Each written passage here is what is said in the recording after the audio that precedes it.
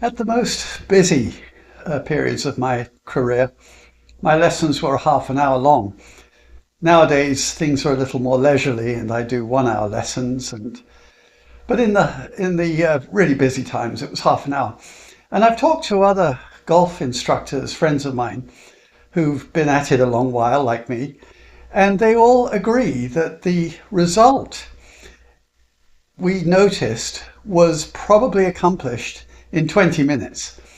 It had been probably 10 years before I had started noticing this, but it certainly became true. And so the remaining 10 minutes is used for reinforcement, obviously. And there's an opportunity nowadays, although it wasn't true back then, to use the cell phone of your client to actually record maybe a summary of the lesson or perhaps a golf swing or two just for their record and for their interest.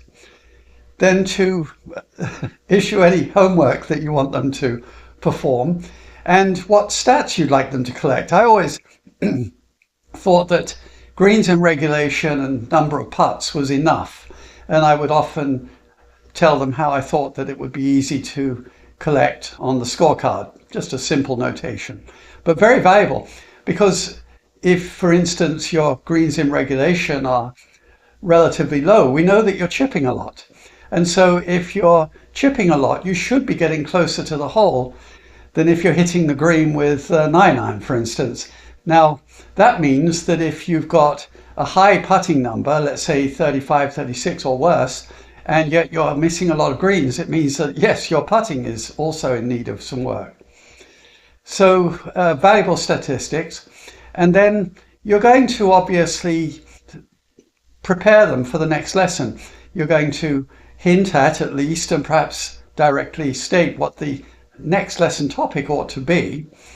And then you're likely to be asked, how long between lessons should I go? And my answer was always, it depends a lot on how much time you have to practice and play. I'd like you to play at least once before the next lesson. Obviously, I wanted those statistics, but it gave them something to use as a framework. And then you'll ask, do they know when next they'd like to have a lesson? It's a sort of a closing tactic.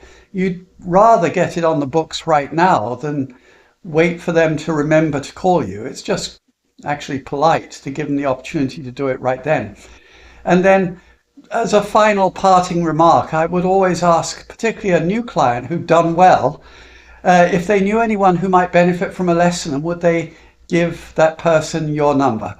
It's a great way to build clientele. Most of my golf lessons were referrals as a consequence.